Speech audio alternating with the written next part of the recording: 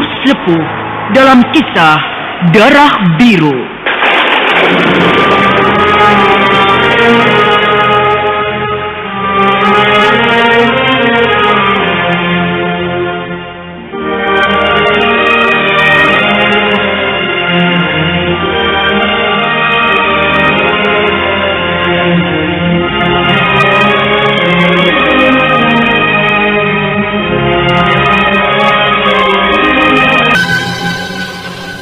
Batas waktu 7 hari yang ditetapkan Juragan Gotawa ternyata dilanggar oleh kelompok Gatawa Ringkas. Maka kelompok itu dianggap bukan anggota lagi, dan kaum perusuh pun kembali beraksi membakar pasar gede serta membunuh Tumenggung Ratian, orang kedua yang paling berpengaruh dalam pemerintahan kerajaan Madangkara. Untuk meyakinkan dirinya, diam-diam Brahma mengunjungi Juragan Gotawa. Dan ternyata Juragan Gotawa memang tidak terlibat dalam aksi itu.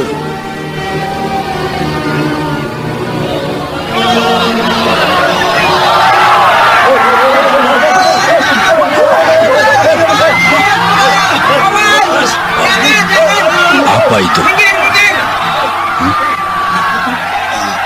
Juragan Gotawa, Juragan. Ada apa, Kaspar? Itu Pak Gatawa Ringkas datang. Hah? Dia datang? Luka-luka. Wah, tubuhnya penuh luka bacokan pedang. Dan di punggungnya tertancap 3 anak panah. Di mana dia sekarang? Di markas Pos 1. Mari Ananda Brahma, kita lihat. Baik, Juragan.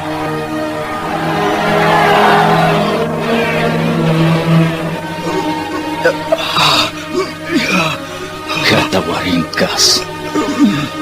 Gotawa, kamu benar. Kita harus bersatu.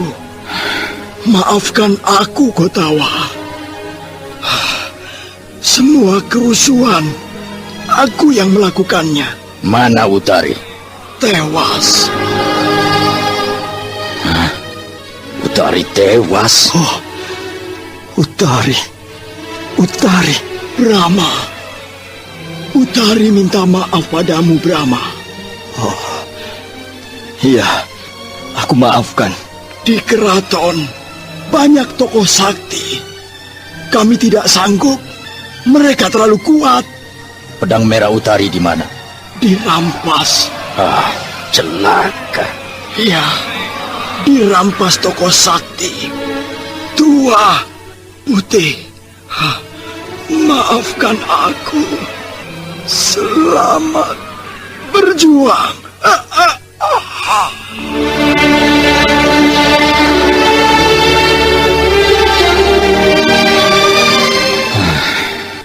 Sebenarnya Gatawa Ringkas berbakat jadi pemimpin, tapi terlalu berlebihan dalam mempertahankan prinsipnya. Dan itu semua yang menjadikannya sebagai pejuang beraliran keras. Iya, Juragan. Yang aku sesalkan setengah mati, pedang merah jatuh ke tangan musuh. Kenapa, Juragan?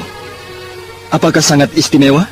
Sangat sakti? Ya, pedang pusaka itu milik Panglima Bernawa, Panglima Angkatan Perang Kerajaan Madangkara, yang gugur melawan bala tentara Kuntala.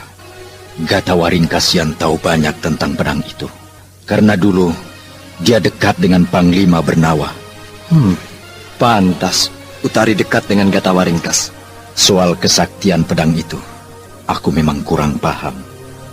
Tapi yang jelas, ketika Utari mencabut pedang itu di hadapanku, maka besinya, besi putih biasa, tiba-tiba mengeluarkan sinar merah. Hawanya sangat panas. Tapi sebetulnya pedang itu tak tepat untuk dipakai bertempur, karena terlalu besar dan berat. Dan rupa-rupanya Panglima Bernawa pun tak pernah memakainya. Iya.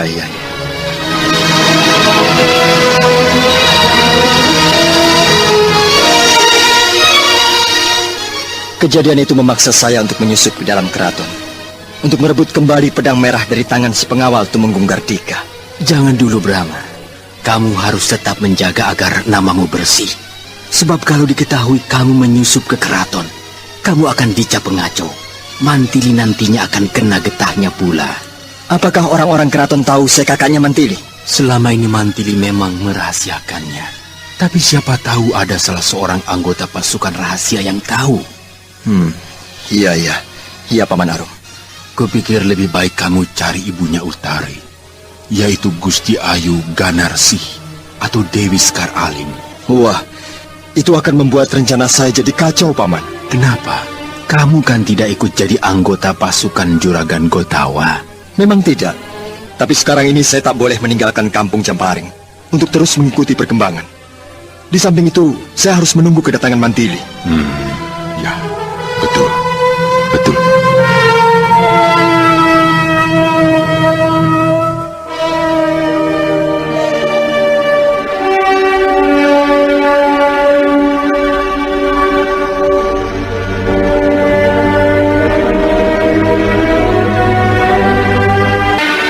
Ada orang. Mana? Mereka lepat di atas genting. Waduh, pasti penjahat lagi. Mban, kamu cepat masuk ke peladuan Gusti Putri. Bersikap wajar saja, seperti tidak ada apa-apa. Ya. Iya. Siapa kau? Hei! Kamu pakai topeng. Pasti anggota perusuh. Mana Tumenggung Gardika? Hei, kamu perempuan ya? Mana Tumenggung Gebrat itu? Mau apa cari beliau? Aku ingin kepalanya. Sebelum kamu bisa menyentuhnya, langkahi dulu mayat Hulu Balang, kepala regu pengawal keraton ini. Bedah. Serangannya sangat ganas. Perempuan ini tenaganya kuat sekali. Pedangnya membentuk pedangku dengan telak. Tanganku sampai kesemutan. Aduh, sialan. Pinggangku kena. Gawat. Dia bukan lawanku. Aku harus panggil anak buahku. Lu barang pengecut. Kamu panggil anak buahmu ya?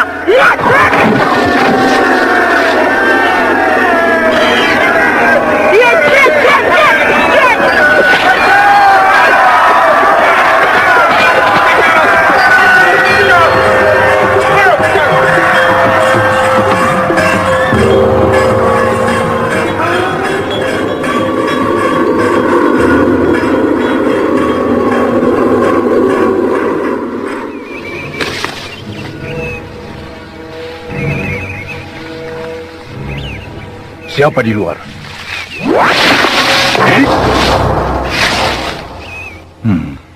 Tamu tidak sopan. Datang tanpa permisi.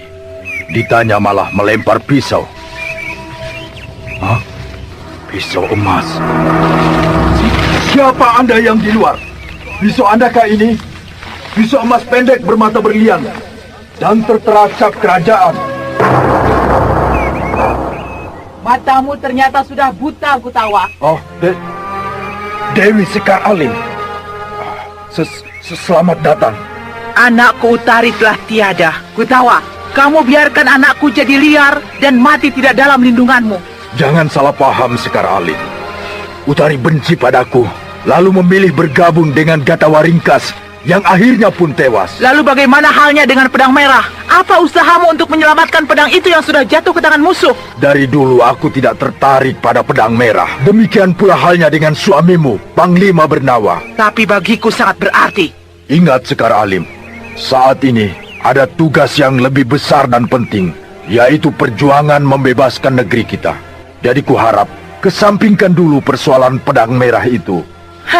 Mentang-mentang kamu jadi pemimpin perjuangan, kamu makin gagah dan aku makin tua. Lalu kamu tak mau menolongku lagi. Bukan begitu, Sekar. Dasar mata keranjang. Dulu kamu merengek-rengek, mengemis cinta padaku. Sekarang, setelah aku jadi tua dan jelek, kamu masa bodoh terhadapku. Buaya kau. Jangan mengungkit masa lalu, Sekar Alim. Aku bukan lelaki mata keranjang. Seumur hidupku, aku hanya mencintaimu. Buktinya, sampai sekarang aku tidak kawin. Tapi kamu pilih kawin dengan Panglima Bernawa karena pangkatnya lebih tinggi dariku, yang cuma senopati. Karena kamu tidak tegas. Kalau didesak untuk kawin, selalu mengulur-ulur waktu. Tapi itu bukan alasan. Kalau benar kamu mencintaiku, harusnya setia menunggu. Sudah, cukup. Selamat berjuang, Gutawa. Mau kemana? Di sini saja. Kamu bekas istri seorang panglima, sangat dibutuhkan oleh para pejuang. Wibawamu akan dapat memperkokoh tekad mereka dan sekaligus menambah semangat para pejuang. Mereka adalah milikmu, bukan milikku. Tidak, Sekar. Mereka milik kita semua. Tidak, Gutawa. Pimpinlah mereka. Dan biarkan aku menghabiskan masa tuaku di Gunung Lungsur. Aku membuka padepokan di sana. Tapi sebelum pulang, aku ingin bertemu dengan Brahma. Brahma sedang ada di Kampung Jampari. Mungkin besok dia akan ke sini.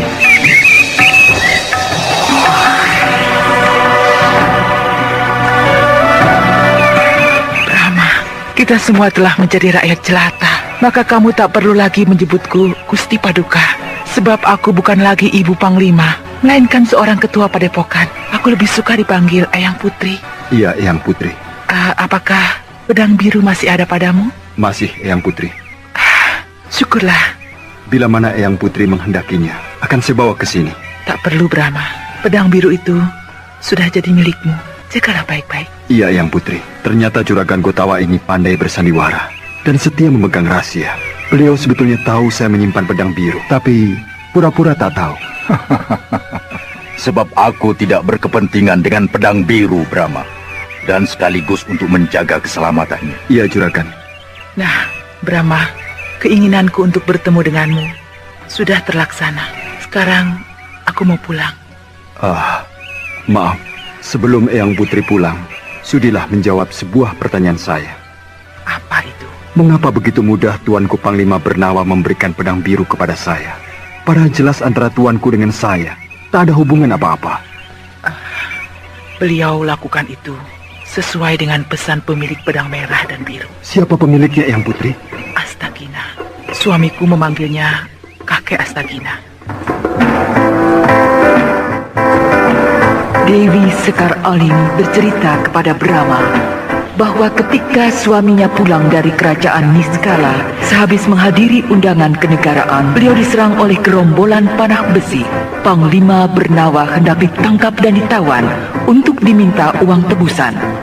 Dalam keadaan kritis, beliau ditolong oleh kakek Astagina yang berkat pedang merah dan biru yang dimilikinya berhasil menumpas gerombolan itu. Sepasang pedang itu lalu diserahkan kepada Panglima Bernawa dengan pesan harus diberikan kepada cucu lelaki dan perempuan dari kakek Astagina. Pedang biru untuk cucu lelaki yang nantinya akan mencegat sang Panglima. Tidak pakai baju, rambut lurus, bertai lalat di telinga kiri, dan pangkatnya juga Panglima.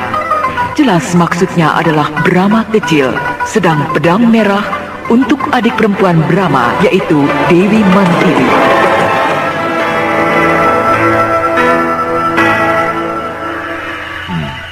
Tiga malam kemarin berturut-turut udara terasa dingin, tapi malam ini hangat, udara terasa nyaman.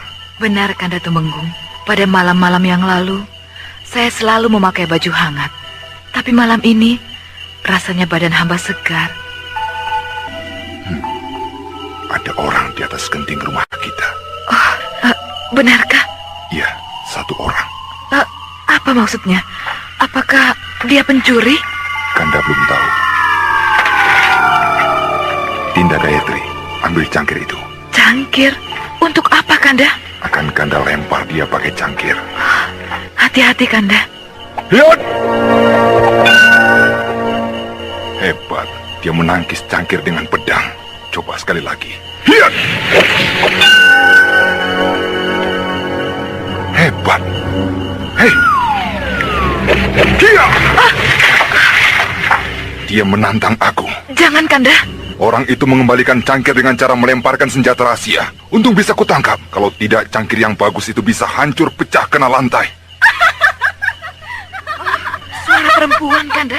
Rasanya aku kenal suara itu. Iya, seperti suara... Mantili! Mantili, anakku. Kemarilah, nak. Ibu rindu. Apa kabar, Ibu? Kamu nakal.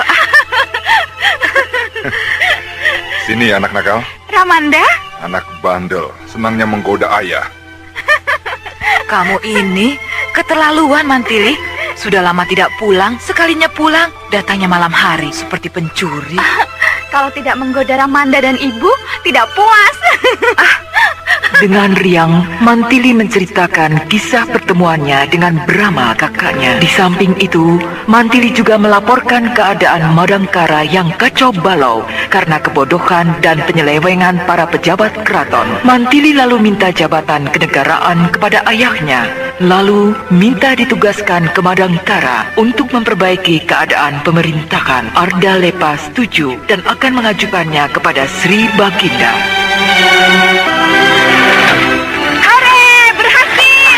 Tili, ibu kaget. Berhasil, Bu. Sri Baginda dengan senang hati akan memberi saya jabatan. Betul, Kanda? Iya, karena terdorong oleh rasa kasih beliau pada Mantili. Saya ingin minta jadi senopati.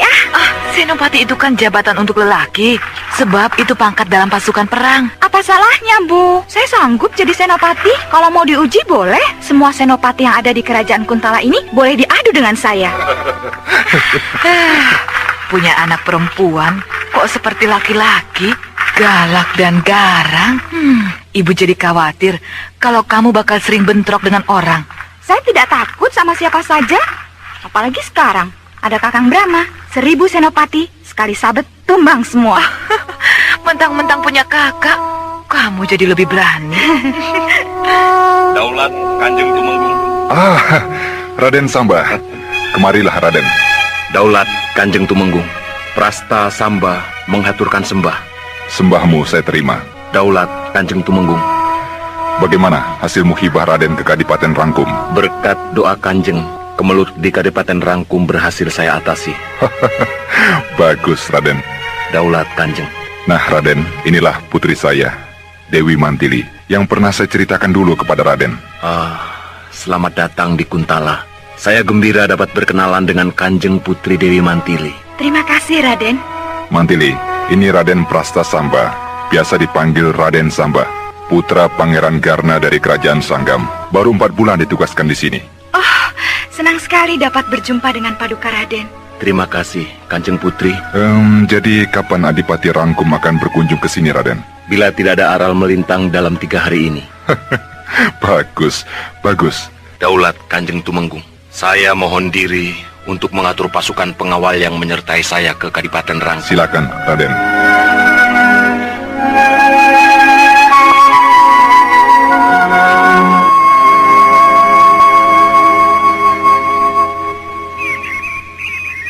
Kaspar, Rastam, Ya, panggil Gotawa ke sini. baik, Paduka.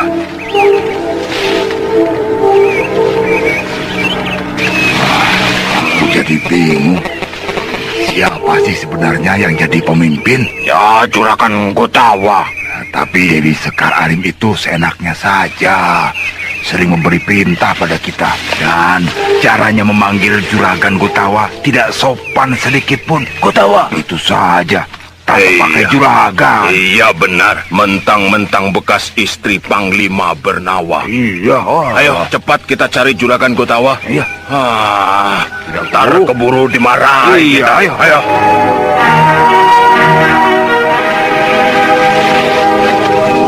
Gotawa, aku bermaksud untuk memulai aksi unjuk gigi dengan cara menyerbu sebuah desa. Menyerbu desa? Penduduk desa adalah bangsa kita, Sekar. Bukan untuk menyakiti rakyat, cuma sekedar mendudukinya. Tujuannya apa? Untuk mengetahui bagaimana sikap keraton, Tentu saja mereka akan menggempur kita. kita lawan. Jangan ngawur, Sekar Alim. Pasukan tempur kita masih hijau, baru merangkak, belum kuat, belum saatnya dihadapkan pada suatu pertempuran besar. Modal kita keberanian.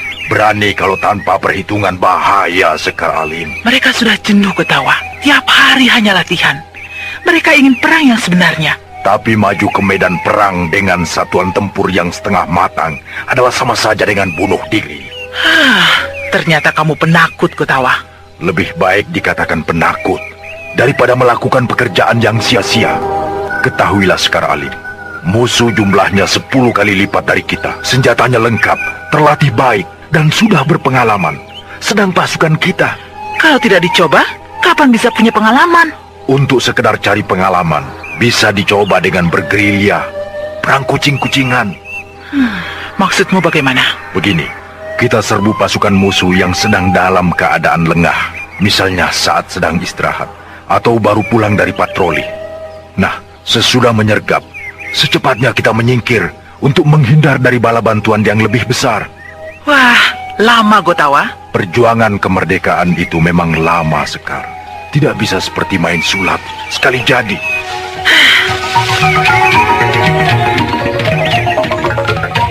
Siasat perang gerilya jadi dilaksanakan oleh Juragan Gotawa dan hasilnya memang memuaskan.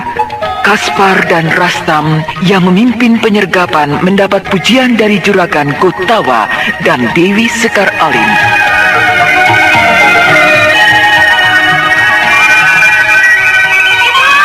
Ibu! Jangan teriak-teriak. Iya, kamu ini Mantili. Kebiasaanmu di pengembaraan belum bisa hilang. Ini keraton, bukan hutan belantara. Maaf, Ramanda, Ibu? Ayo, cepat ceritakan. Apa pangkatmu? Senopati. Ah, Senopati? Ya, permohonan saya untuk jadi senopati dikabulkan. Betul, Kanda Tumenggung? Betul, Dinda. Tak seorang pun berani menyanggah keputusan Baginda. Ketika Baginda menyatakan dengan resmi bahwa Mantili diberi pangkat senopati. Semuanya takut, sebab saya kesayangan Baginda. Lalu, kapan kamu akan dilantik? Harus diuji dulu, Bu, di Tambak Segara. Tambak Segara? Apa itu, Kanda? Itu tempat menguji para calon perwira angkatan perang. Jangan takut, Bu. Saya sudah siap. Biar mereka tahu siapa Dewi Mantili.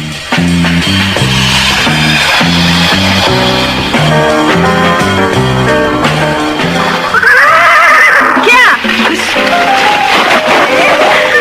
Bagus, bagus.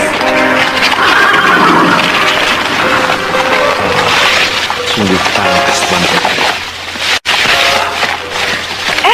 Raden Samba?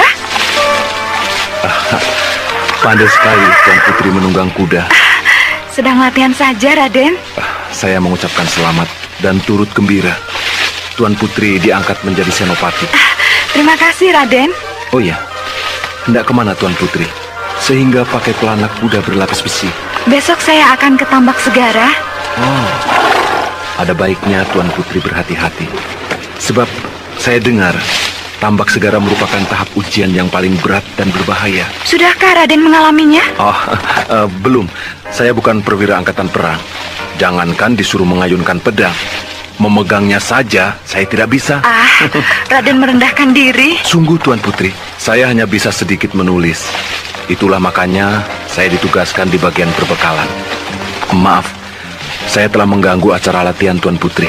Saya harus kembali ke tempat tugas. Saya berdoa semoga Tuan Putri lulus dalam ujian. Terima kasih, Raden.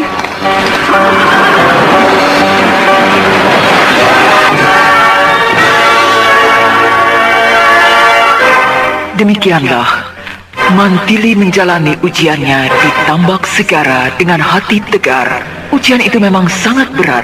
Semuanya ada 9 tahap.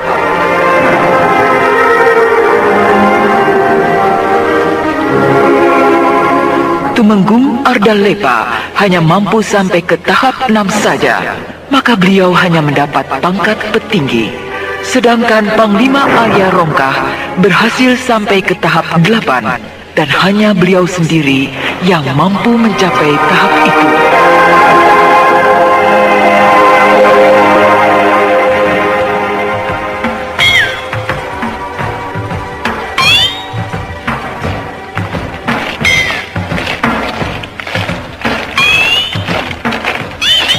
Itulah Gupit Ngarepus, Paduka Senopati Kendala. Suruh pasukan berhenti. Pasukan berhenti! Berhenti! Di mana kamu diserang pasukan perusuh? Di sini, Senopati. Dari mana mereka muncul? Dari 4 penjuru. Mereka menyerang mendadak, sehingga saya dan pasukan tidak sempat berbuat apa-apa. Mereka bertempur dengan sangat cepat. Cara tempurnya liar ataukah teratur? Teratur, Senopati. Seperti layaknya pasukan perang yang berpengalaman. Berarti di belakang mereka ada seseorang yang melatih. yang mengerti siasat perang. Benar, Senopati.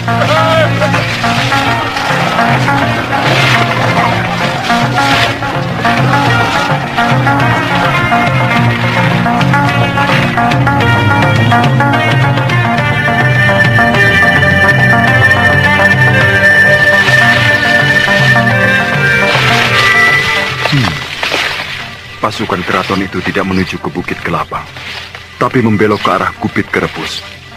Mau apa mereka? Paling aman, aku harus melakukan pengintaian dari angkasa, sekaligus mengacaukan perhatian mereka. Iya, aku harus memanggil sahabatku yang perkasa, burung Raja Wali raksasa.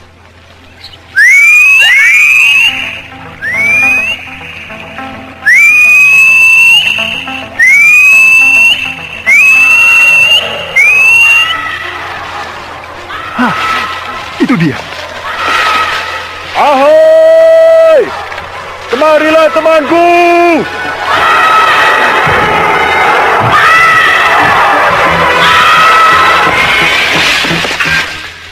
Apa kabar sahabatku? Syukurlah, kamu dalam keadaan sehat walafiat. Sahabat, antarlah aku.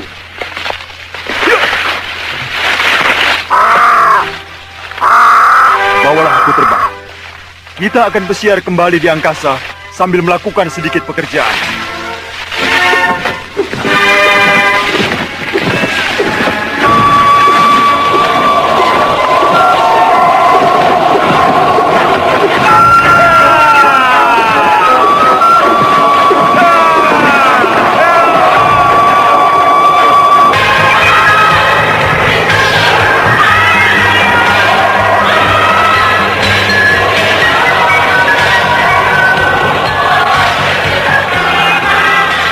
Dengan naik Raja Wali raksasa, Brahma mengawasi gerakan Pasenopati Kendala yang sekarang melacak pasukan gerilya bergerak ke timur, berarti menuju ke Bukit Kelabang dan nekat masuk ke dalam hutan belantara.